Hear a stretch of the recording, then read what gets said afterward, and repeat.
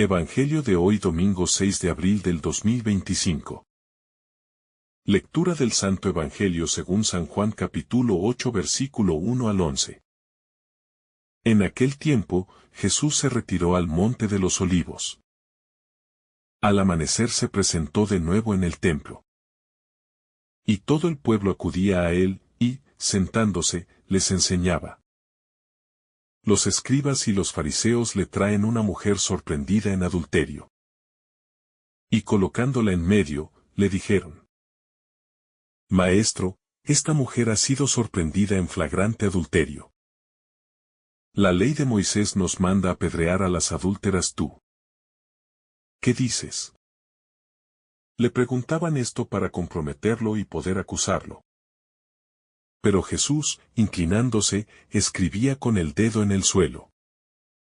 Como insistían en preguntarle, se incorporó y les dijo: El que esté sin pecado, que le tire la primera piedra.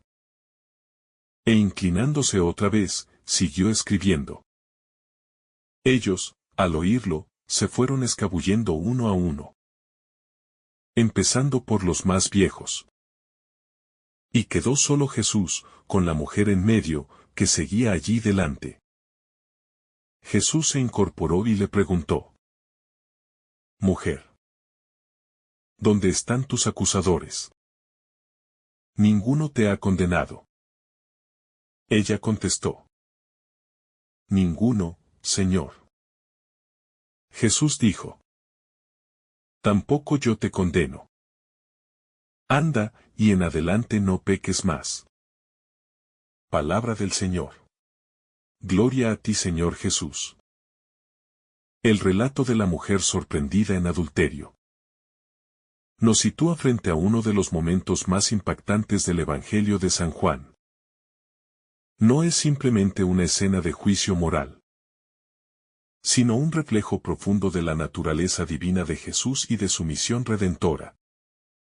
La manera en que Jesús se comporta, su silencio inicial, su acción de escribir en el suelo, y luego sus palabras, nos introducen en un misterio que va más allá del pecado mismo. Jesús no responde como un maestro de la ley ni como un juez tradicional. Él actúa como quien conoce el corazón humano en su fragilidad y en su necesidad de redención. En lugar de pronunciar una sentencia legal, ofrece una oportunidad de transformación. La justicia divina, según Jesús, no destruye, sino que reconstruye. Los escribas y fariseos aparecen como figuras que se esconden tras la ley, utilizando un mandamiento como excusa para poner a prueba al maestro. No se preocupan realmente por la mujer, ni por su pecado, ni por su posible conversión. Ella es solo un pretexto para tenderle una trampa a Jesús, para enfrentarlo con la ley de Moisés. En esta instrumentalización del pecado ajeno, ellos mismos se exhiben como ciegos espirituales. No se dan cuenta de que el Dios de la vida, del amor y del perdón está presente entre ellos, y que están a punto de ser confrontados por la verdad que pretendían utilizar como arma. El hecho de que trajeran solo a la mujer, dejando de lado al hombre implicado en el mismo pecado, es ya una muestra de injusticia y de hipocresía. Este detalle revela cómo el juicio humano muchas veces es parcial, selectivo y hasta discriminatorio. Jesús, en cambio, no entra en su juego. Él no se precipita a responder. No se deja atrapar por el dilema legal que le presentan. Su respuesta no se da de inmediato, porque la verdad no se reduce a argumentos. La verdad se revela en el tiempo, en el silencio, en la presencia. Y en la mirada penetrante de quien conoce lo que hay en el interior de cada persona. El gesto de Jesús de inclinarse y escribir en el suelo es enigmático. No se nos dice qué escribió. Tal vez porque no importa el contenido exacto de sus palabras, sino el significado del gesto. Al escribir en el polvo, Jesús se distancia de la urgencia del juicio humano. se inclina, como Dios que se abaja ante el ser humano caído. Como quien no está por encima para aplastar, sino al lado para levantar. En ese gesto hay una enseñanza silenciosa. Antes de condenar a alguien, es necesario mirar con humildad el suelo que todos pisamos. La tierra de la cual fuimos formados, esa fragilidad que compartimos.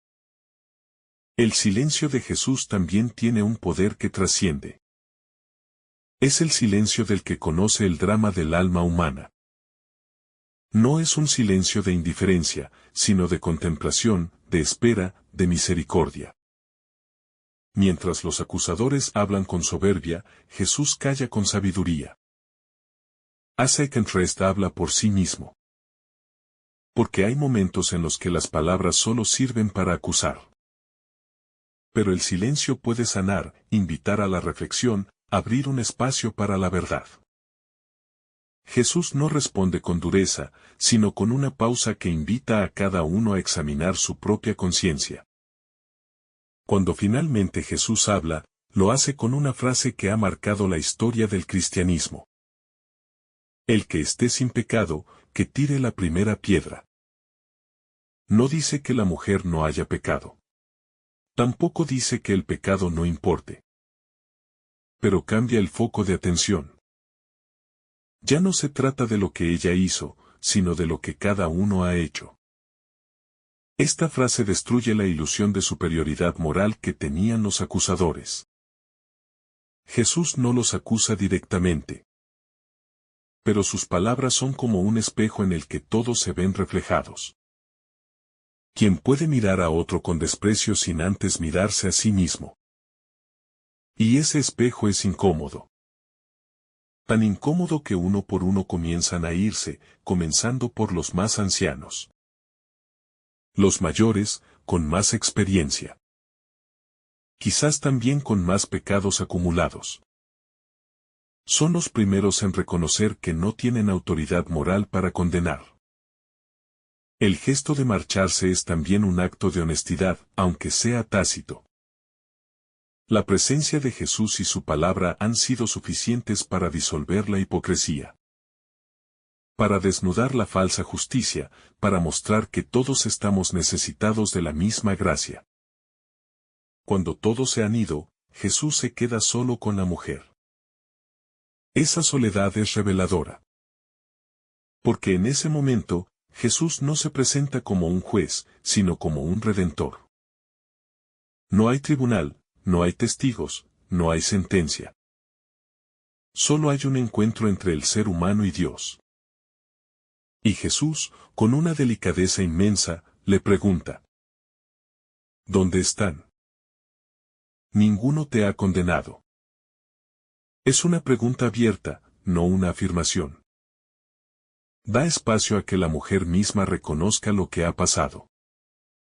Da lugar a que ella misma experimente el vacío de la condena humana. Pero también la plenitud del perdón divino. La respuesta de la mujer es simple, pero profunda: ninguno, Señor. Llama a Jesús Señor, reconociendo en él una autoridad distinta. Ya no lo ve como un maestro más, sino como alguien que tiene poder sobre su vida. Y en esa palabra sencilla se encierra una fe incipiente. Un reconocimiento humilde, un corazón que se ha abierto al misterio. Ya no es solo una mujer sorprendida en pecado. Ahora es una mujer que ha sido tocada por la gracia. Jesús entonces pronuncia la sentencia más desconcertante de todas. Tampoco yo te condeno. Vete y no peques más. Aquí se revela la esencia del cristianismo. Jesús no condena, pero tampoco justifica el pecado. Él ofrece perdón y al mismo tiempo llama a la conversión. No separa la misericordia de la verdad, sino que las une de manera perfecta. No es un perdón barato, sino un perdón que transforma. Que exige una vida nueva.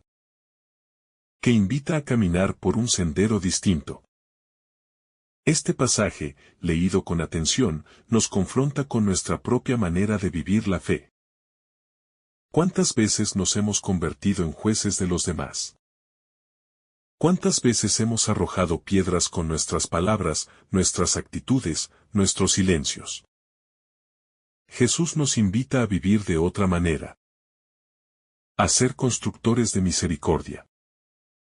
A mirar al otro no desde el pedestal de nuestra supuesta rectitud, sino desde el suelo común de nuestra humanidad compartida. Solo quien se reconoce pecador puede perdonar de verdad. La Iglesia, siguiendo el ejemplo de Jesús, está llamada a ser más hospital que tribunal. No se trata de negar el pecado, sino de ofrecer caminos de sanación.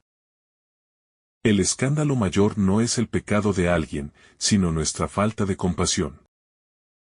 Jesús no tenía miedo de acercarse al pecador. No temía que lo confundieran con un cómplice del mal. Él sabía que solo el amor puede cambiar los corazones. Solo el encuentro personal con la misericordia puede convertir el alma. Y nosotros, sus discípulos, debemos reflejar esa misma ternura. La figura de Jesús en este pasaje resplandece con una autoridad distinta a la de los líderes religiosos de su tiempo. No es una autoridad impuesta desde el miedo ni basada en el poder legalista, sino una autoridad que nace del amor, de la verdad y de una sabiduría que penetra los corazones. Él no necesita alzar la voz ni señalar con el dedo para que su presencia transforme. Es el poder silencioso del bien, la fuerza que no hiere, pero que sacude desde dentro. Su forma de actuar desarma, no porque imponga, sino porque revela la verdad sin violencia. Y eso es lo que hace con la mujer. No la humilla ni la expone más de lo que ya ha sido expuesta. La dignifica, la devuelve a sí misma, la restaura. En ese encuentro privado entre ambos, el verdadero rostro de Dios se revela como misericordia encarnada. Este pasaje debería ser el espejo en el que todo creyente y toda comunidad cristiana se mire. No para adoptar una postura condescendiente, sino para aprender a mirar como Jesús mira.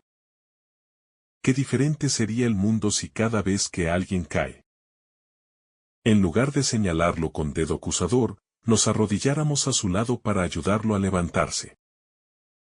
¿Cuántas heridas no se sanarían si, en lugar de cerrar las puertas por el pecado, las abriéramos aún más por el amor? Jesús nos enseña que la pureza del corazón no se mide por la cantidad de reglas que seguimos, sino por la capacidad de amar a quien se ha equivocado. Y esa es una lección que desafía profundamente nuestras estructuras humanas y eclesiales. Además, es importante notar que Jesús no hace del perdón algo sentimental o efímero. Su misericordia no es superficial. Cuando dice no peques más, está invitando a una transformación real. No la absuelve para que vuelva a lo mismo, sino que le señala un nuevo camino. Es un perdón que responsabiliza, que dignifica, que confía en que la persona puede cambiar. Jesús no cree que la mujer esté condenada a su pasado. Cree en su futuro, cree en su libertad, cree en su capacidad de empezar de nuevo. Y eso es profundamente liberador. Porque en la mirada del mundo, muchas veces el pasado nos define. Pero en la mirada de Dios, el futuro es siempre una promesa. Este pasaje es también un fuerte llamado a examinar la intención de nuestras acciones religiosas.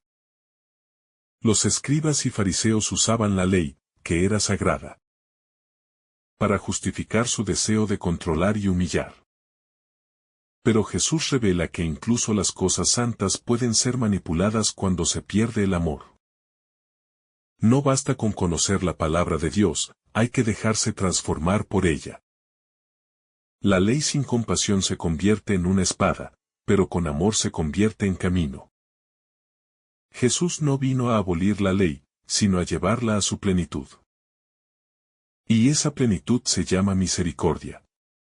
En él, justicia y gracia no se contradicen, sino que se abrazan. También es hermoso cómo Jesús da espacio a la conciencia. Él no lanza acusaciones directas. No dice ustedes son unos hipócritas. Aunque lo podría haber hecho con razón. En cambio, ofrece una frase que cada uno debe interpretar desde su interior. El que esté sin pecado, que tire la primera piedra. Deja que la palabra actúe en cada uno. Les da la oportunidad de escuchar no solo con los oídos, sino con el corazón. Y así, uno a uno, se van. No porque Jesús los obligue, sino porque la verdad los alcanza. Esta pedagogía de la conciencia es fundamental para el cristiano. Más que imponer cambios desde fuera, se trata de despertar una transformación desde dentro. El rostro de la mujer, aunque no descrito, segaramente expresa un profundo desconcierto. Pasó del temor a la muerte a la sorpresa del perdón. Su vida pendía de una piedra, y ahora se le abre un horizonte nuevo. Su silencio también es elocuente. No discute, no se justifica, no se defiende. Solo permanece. Tal vez por primera vez en mucho tiempo, alguien la mira sin deseo ni juicio, sino con una ternura que sana. En Jesús se encuentra algo que ningún otro le había ofrecido, dignidad. No como premio por haber hecho lo correcto, sino como don que restaura lo perdido. Y eso tiene un eco profundo para todos nosotros. Porque todos, en algún momento, somos esa mujer. Este relato es una lección de pedagogía divina para los creyentes de todos los tiempos. Nos enseña que el cristianismo no se construye sobre el rechazo de los pecadores, sino sobre su reconciliación. Que la santidad no es aislamiento del mundo, sino inmersión en él para llevar luz. Que la verdad no es un látigo, sino una mano extendida. Que la justicia no debe ser ciega, sino compasiva. Jesús no relativiza el pecado, pero lo enfrenta con una medicina más poderosa, la gracia. Y esa gracia es la que nos hace posible la conversión. No hay pecado tan grande que el amor de Dios no pueda perdonar. Pero también, no hay conversión verdadera sin el deseo de una vida nueva. Cada uno de nosotros está llamado a reproducir este gesto de Jesús en nuestras relaciones cotidianas. En la familia, en el trabajo, en la comunidad. ¿Cómo reaccionamos ante los errores ajenos? ¿Con piedras en las manos o con palabras que curan? ¿Con indiferencia o con presencia? La vida cristiana no se mide solo por lo que creemos, sino por cómo amamos. Y el amor verdadero no es sentimentalismo. Es compromiso con el bien del otro, incluso cuando ese otro ha fallado. Esta escena nos invita a dejar de vivir en modo acusador para comenzar a vivir en modo redentor. A ser reflejo de Jesús en medio de un mundo que sigue lanzando piedras. Finalmente, este pasaje nos deja con una tarea interior. Revisar las piedras que todavía guardamos en el corazón. Tal vez no las arrojamos físicamente, pero están ahí. En nuestras miradas duras, en nuestros juicios silenciosos. En nuestras actitudes de superioridad. Jesús nos invita a soltar esas piedras. A dejar de ser verdugos y comenzar a ser testigos de la misericordia. A pasar de la rigidez a la compasión. A vivir como hijos del Dios que no condena, sino que salva. Porque si nosotros hemos sido perdonados, ¿cómo no perdonar también? Si hemos sido mirados con ternura, ¿cómo no mirar así a los demás?